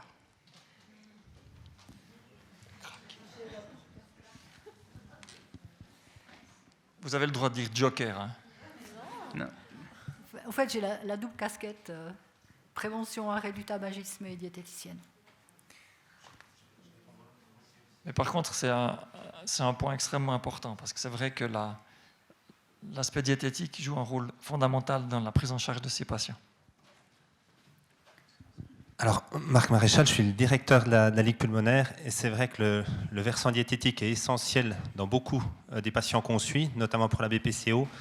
Et c'est à l'ordre du jour du comité de décembre, donc j'aimerais pas influencer Grégory ici, mais je pense que c'est une prestation qui risque de se développer dès l'année prochaine. J'aimerais juste savoir la différence entre l'asthme et cette maladie, parce que les symptômes ressemblent un petit peu parfois. Tu veux y aller ?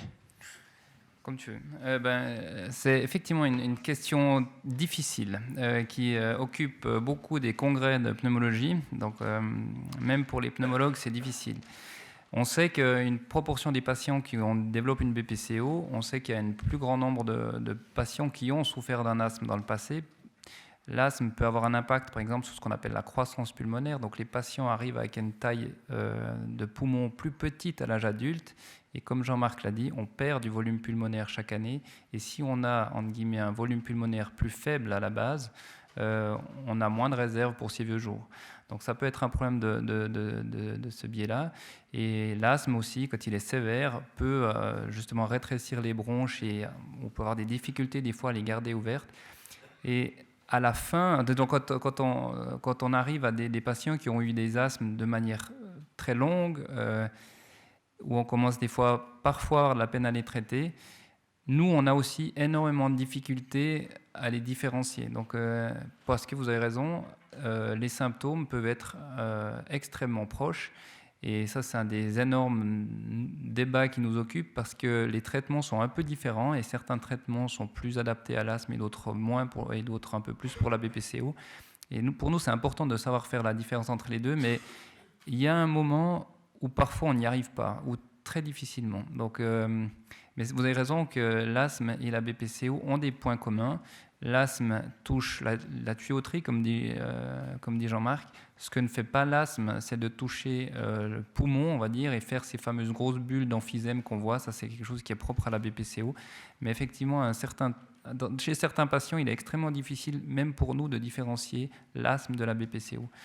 C'est quand même un élément important que je voulais juste encore rajouter, c'est que je pense qu'une des raisons pour laquelle on connaît mal la BPCO dans la population, c'est parce que nous, les médecins ou les soignants, ne disons pas BPCO aux gens.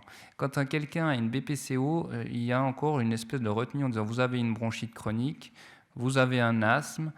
Les patients retiennent ça, c'est peut-être moins stigmatisant de dire « j'ai un asthme » qu'une BPCO peut-être, mais je pense que les soignants, on doit utiliser ces termes-là. Tout le monde sait ce que c'est un AVC, quasiment, où on a tous entendu parler d'un AVC, c'est 3 lettres. On sait ce que c'est, parce qu'on utilise ça en tant que soignant, on utilise ça auprès des patients, mais on n'utilise pas BPCO, et je pense qu'il faut que nous, les soignants, on apprenne à dire BPCO, et même les pneumologues, moi ça m'est déjà arrivé, après quelques années parfois de traitement d'un patient qui me disent une fois « mais docteur, alors j'ai une BPCO ». Et disons, le jour où on m'a dit ça, je me dis « mais purée, mais est-ce que je l'ai vraiment dit une fois ?» Donc, même un pneumologue. Donc, je pense qu'on ne le dit peut-être pas assez, il faut vraiment le dire. De façon extrêmement pédagogique, l'asthme survient chez le sujet plus jeune que la BPCO. C'est une obstruction qui est réversible, pas forcément totalement, spontanément ou sous traitement, alors que l'obstruction dans la BPCO, elle est irréversible et progressive. Donc si je reprends l'analogie des cheveux dans le siphon, avec l'asthme, vous pourrez les enlever. Dans la BPCO, vous ne pourrez pas les enlever.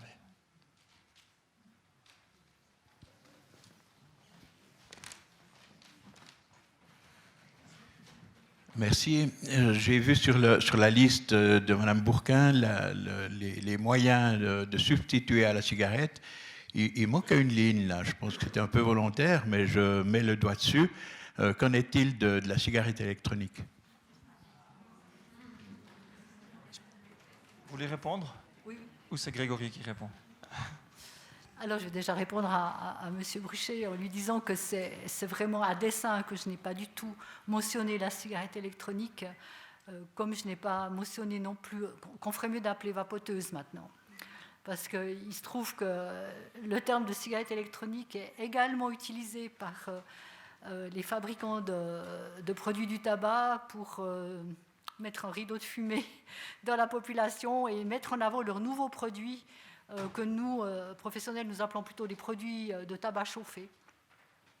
Et c'est vraiment par exprès que je n'ai pas voulu aborder cette question, qui est une question très polémique. Et dans la désaccoutumance tabagique, ce qu'on met toujours en premier, c'est l'arrêt total du tabagisme et de toute manière d'inhaler des produits potentiellement toxiques. Et comme processus de désaccoutumance, d'utiliser les substituts nicotiniques, qui sont des spécialités pharmaceutiques, qui sont éprouvées, qui sont sans ou avec un minimum d'effets secondaires. Et c'est toujours ce qu'on met en avant en priorité auprès des personnes qui viennent nous trouver.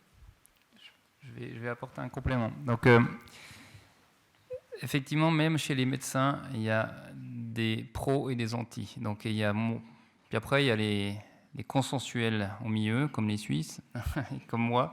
Et je pense que les pros et les contre se battent sur des champs qui ne sont pas tout à fait identiques. Les contre se battent surtout pour des problèmes de réglementation, de législation d'accès aux produits de la cigarette électronique. Et je pense que c'est juste de réglementer ça pour éviter effectivement qu'une population jeune utilise ce type de choses. Maintenant, les patients dont nous avons affaire parfois, ce sont des gens qui ont des maladies respiratoires extrêmement sévères, qui ont des habitudes de tabac qui durent depuis des fois des dizaines d'années et qui parfois sont désespérés de ne pas pouvoir arrêter de fumer.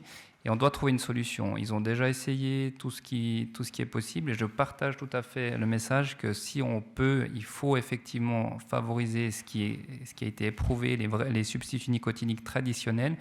Mais dans certaines situations, je pense qu'il faut choisir le moins pire. Et la cigarette électronique, pour moi, c'est le moins pire. C'est un petit peu comme la méthadone et l'héroïne. Pour moi, c'est un petit peu comme ça que je le vois. Quand on a des gens qui étaient sous héroïne et complètement dans la rue et qu'on doit sortir absolument, la méthadone les a sortis, ils restent dépendants. Mais par contre, on peut les réinsérer socialement. Et des fois, la cigarette électronique, c'est un petit peu comme ça. Il y a des études qui montrent maintenant que dans la BPCO, le fait de passer du tabac à la cigarette électronique, je parle uniquement de la BPCO, il ne faut pas faire une généralité par rapport à la cigarette électronique, mais le fait de passer à la cigarette électronique, ça permet de diminuer les symptômes, d'améliorer la capacité d'effort, de diminuer le risque de faire ce qu'on appelle nous des exacerbations, donc des bronchites un peu marquées. Il peut y avoir certains avantages, ça n'améliore pas la fonction respiratoire. Il faut être très clair au niveau des patients que ce n'est pas sans risque, et ça je pense que c'est pas innocent. Il ne faut pas leur dire vous allez faire ça 20 ans sur les années qui viennent, vous ne risquez rien, c'est un message qui serait faux. Il ne faut pas leur dire faites un petit peu de cigarette électronique, un petit peu de tabac, parce qu'il y a aussi des études, alors pas chez l'homme, mais qui montrent qu'on a un effet additif au niveau des toxicités, donc il faut faire seulement l'un et pas les deux. Mais parfois, ça permet de sortir de situations embêtantes et problématiques pour les patients. Donc, il faut avoir un aspect relativement restrictif, mais parfois, personnellement, et ça c'est un avis personnel, je le propose à certains patients quand on n'a pas d'autres solutions ou peu d'autres solutions. Voilà, donc je me permets de prendre la suite du docteur Clark, en nuançant, effectivement, il y a la règle et puis après il y a les exceptions. C'est clair que quand on a personne qui n'arrive pas du tout à arrêter de fumer, en deuxième intention, on va discuter de la cigarette électronique, mais en général pas en première intention.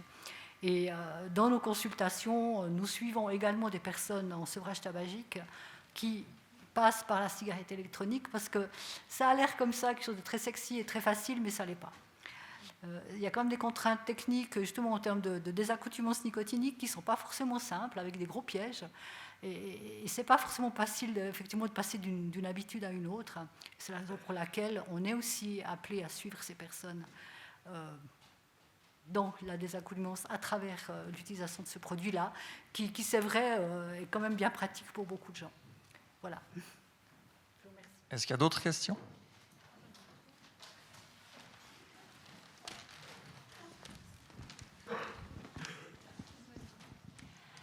Je viens du monde agricole et j'ai vu mourir dans mon entourage des agriculteurs d'emphysème pulmonaire, puisque c'est de cela qu'on parlait il y a quelques années.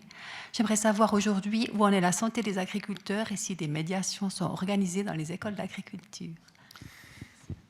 Alors, je réponds, c'est une excellente question, parce que Jean-Marc et moi sommes, je pense, assez sensibles à ça, et, parce qu'il y a effectivement certaines maladies respiratoires, dont la BPCO, qui touchent les agriculteurs, mais d'autres maladies aussi plus rares, mais qui sont tout aussi embêtantes, puisque parfois elles mettent la fin définitive à la carrière d'un agriculteur qui parfois se fait du jour au lendemain. Donc, vous pouvez imaginer toutes les conséquences quand on est du bétail indépendant. Et effectivement, on a décidé cette année, du reste, on a rencontré un des responsables de l'école d'agriculture à Cernier pour justement mettre en place des sensibilisations par rapport aux dangers respiratoires que présente ce métier dans les écoles d'agriculture et si possible aussi dans le cadre des agriculteurs déjà entre guillemets, en activité. Donc ça devrait être monté pour l'année prochaine. Donc c'est un projet qui nous tient à cœur et qu'on va essayer de mettre en place. Votre question est tout à fait pertinente parce que dans le canton de Neuchâtel, 4 à 6% des agriculteurs développent un poumon de fermier et le mode de présentation, c'est de l'emphysème. Donc ils ne fument pas. Le problème des agriculteurs, et vous le savez, madame, c'est que c'est des durs à cuire. Donc pour eux, d'avoir la grippe de novembre à fin mai, c'est normal.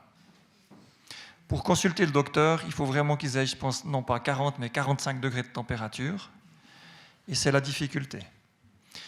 Alors ça fait bien des années que j'ai participé de façon transfrontalière et transjurassienne à des études dans le monde de l'agriculture pour essayer d'être plus préventif.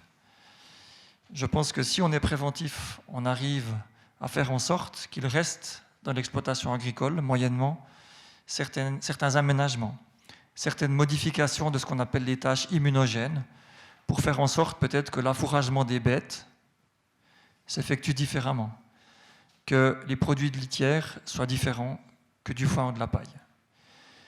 Dans le monde de l'agriculture, il n'y a pas que le poumon de fermier, mais il y a aussi le biogaz, les gaz, du purin, etc., etc. Donc c'est quelque chose où dans la prévention, on a encore beaucoup à faire.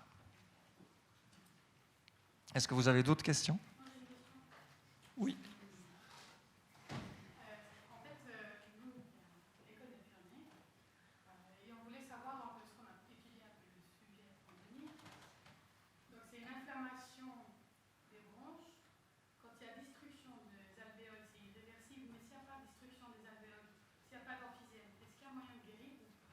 Non. Le seul moyen, donc c'est une inflammation des petites branches, qu'on appelle les bronchioles, puisque vous êtes à l'école d'infirmière. C'est une inflammation qui est irréversible. Mais par contre, on peut éviter qu'elle s'aggrave en éliminant les agents offensants. Alors, un des agents offensants, c'est la fumée de cigarette. Ça peut être l'inhalation de particules organiques, comme les moisissures ou bien d'autres choses contenues dans le foin. Ça peut être de la biomasse, le chauffage au bois. Ça peut être les particules fines. Du reste, c'est extrêmement important de savoir quand on a une BPCO, puis qu'on a la chance d'habiter Neuchâtel, donc d'être plombé sous le brouillard, et puis qu'il y a cette espèce de smog qui stagne, qu'est-ce qu'on en respire? Eh bien, cette inflammation-là, c'est une inflammation qui n'est pas la même que l'inflammation de l'asthme et qui ne va pas réagir à des traitements anti-inflammatoires. Par rapport encore à la BPCO, donc la BPCO c'est un terme générique, c'est un gros sac. Et dans ce sac, on va y ranger l'emphysème, on va y ranger la bronche, enfin ce qu'on appelle nous la bronchite chronique, donc l'atteinte des bronches, des tuyaux. Il y a des patients qui ont une atteinte quasiment qu'emphysémateuse, donc ils ont presque de l'emphysème et des atteintes relativement peu marquées au niveau des bronches, donc peu de bronchite chronique, etc. Et à l'inverse, la plupart des gens ont un peu des deux, mais il y a aussi des gens qui ont que de la bronchite chronique sans une once d'emphysème si on fait des scanners. Donc c'est une maladie qui est très très hétérogène. Donc tous les gens qui ont une BPCO, c'est une grosse étiquette, mais en fait, comme souvent en médecine, il y a autant de BPCO que de BPCO, je dis, ou de personnes. Donc chaque personne a une BPCO un peu différente de l'autre. Il me semblait qu'il y avait quelqu'un par ici. Ah.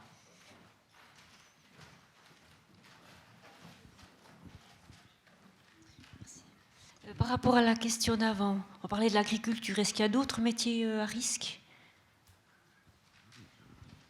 Vous entendez pour la BPCO? Probablement oui. Je pense qu'il y a bon nombre de patients qui travaillent dans les fonderies ou ce genre de choses, qui développent des pathologies obstructives, donc de la tuyauterie, avec de temps en temps des destructions des alvéoles, donc qui satisfont à la définition de l'emphysème. Je pense qu'il y a l'inhalation de certains gaz, de certains solvants, qui sont extrêmement irritogènes pour les voies de petit diamètre et qui mènent à ce qu'on appelle la BPCO. Maintenant, le grand problème, madame, donc on est dans le registre des maladies professionnelles. Alors vous savez qu'en Suisse, on est un pays riche, mais on a mal à notre santé, on a mal à nos finances. Et le problème, c'est que très souvent, ces gens, en plus d'être massivement exposés professionnellement, ils sont tabagiques. Et de faire la part des choses entre une maladie professionnelle ou une maladie non professionnelle, c'est important parce que ce n'est pas les mêmes assurances qui payent. Alors quand vous êtes médicalement convaincu qu'un patient qui a nettoyé des citernes, qui a respiré toutes sortes de choses particulières dans des fonderies, parce que moi j'ai été faire des visites sur site, j'ai passé quelques heures, mais par contre en mouche sale, et eux c'est tout le temps. Et le grand problème, c'est que c'est extrêmement difficile de faire reconnaître ces maladies comme étant purement professionnelles parce que c'est des gens qui sont concomitamment tabagiques et que la SOUVA nous dit que ce n'est pas le lieu professionnel, mais c'est le tabac. Et c'est la grande difficulté qu'on a maintenant. Et puis j'ai beau être très très pitbull avec la SOUVA, mais c'est très difficile parce qu'ils ne veulent pas entendre raison. Évidemment, c'est à eux de payer. Mais oui, vous avez raison, il y a d'autres professions qui sont à risque. Il n'y a pas que le monde de l'agriculture. Le monde de l'agriculture, c'est le mieux connu. Tout simplement parce que la prévalence du tabagisme par rapport à d'autres professions à risque est quand même moins importante chez l'agriculteur par rapport à d'autres personnes qui travaillent dans, je vous dis, les fonderies, mais aussi réviseurs de citernes, etc.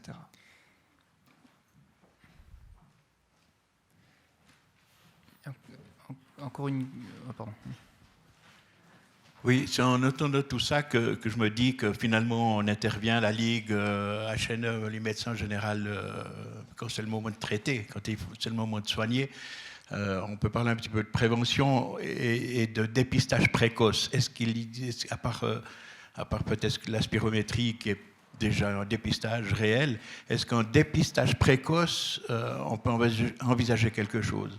C'est un vrai problème de santé publique, ce qu'on entend. Hein. On voit la mortalité qui augmente, et puis on a l'impression qu'en amont, en aval, il ne se passe pas grand-chose en prévention.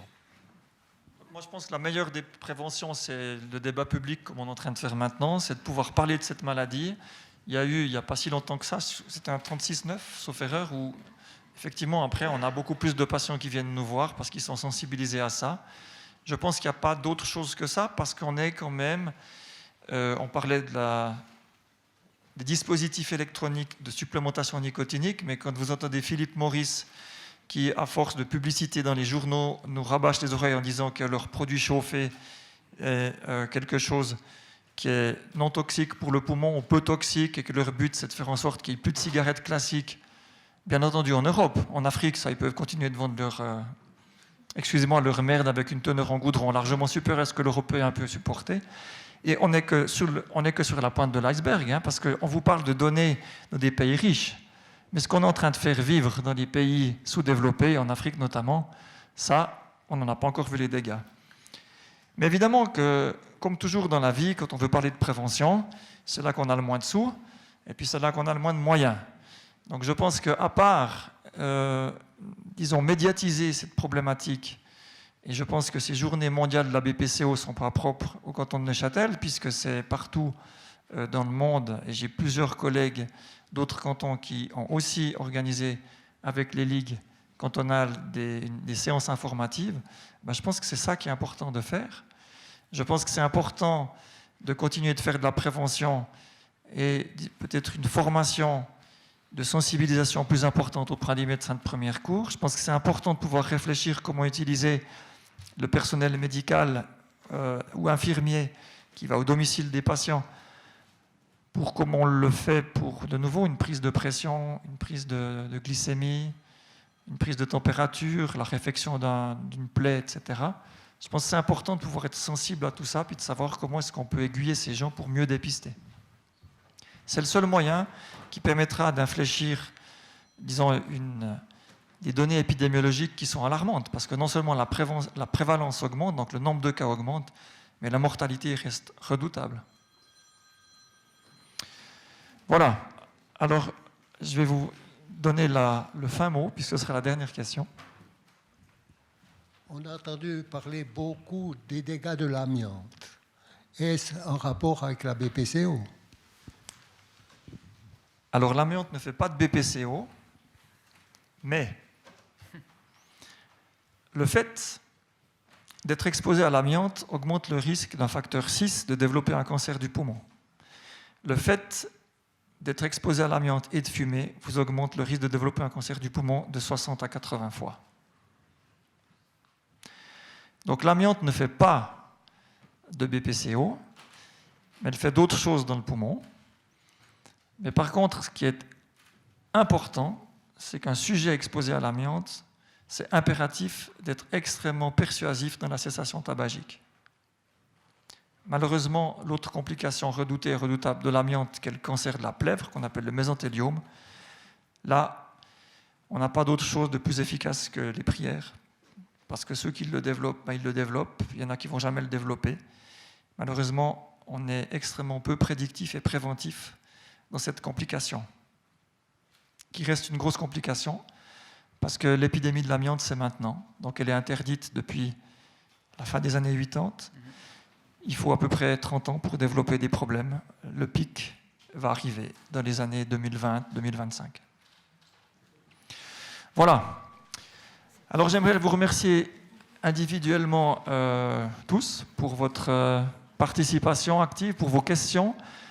Avant de vous inviter à passer à côté, soit aller faire une spirométrie pour vous, madame, soit à prendre un petit verre, j'aimerais juste poser une petite question à madame Crozia.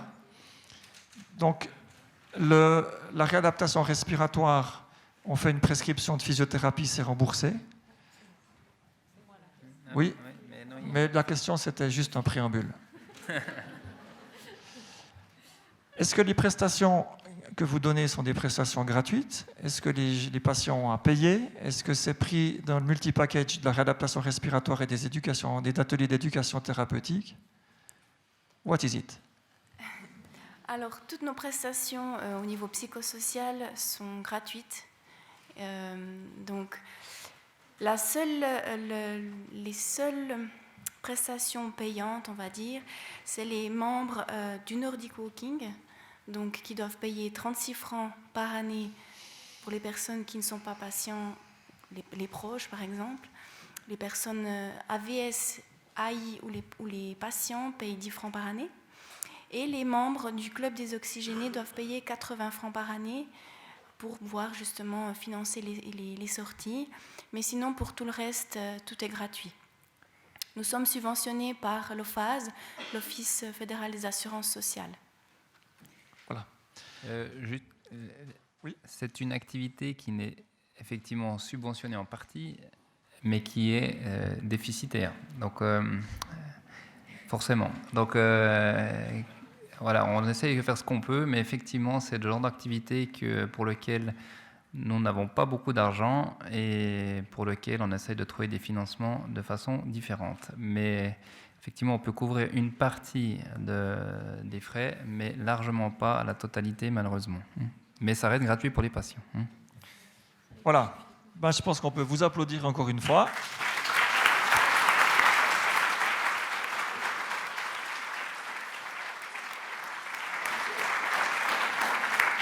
Alors j'aimerais remercier Madame Misala d'être venue témoigner. Aussi pour vous, on peut vous applaudir.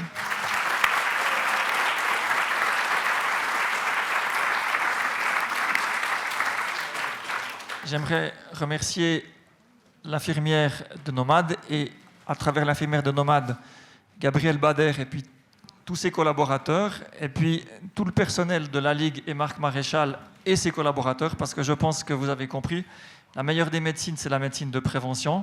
Ce n'est pas la médecine, entre guillemets, la plus sexy, mais c'est la médecine la plus efficace. Et ça, on a encore beaucoup de travail et je pense que ça peut ou ça doit passer par une collaboration ambulatoire accrue entre les différents prestataires de santé. Et finalement, j'aimerais remercier l'accueil du Club 44. C'était super sympa et bien organisé. Merci beaucoup et bonne soirée à tout le monde.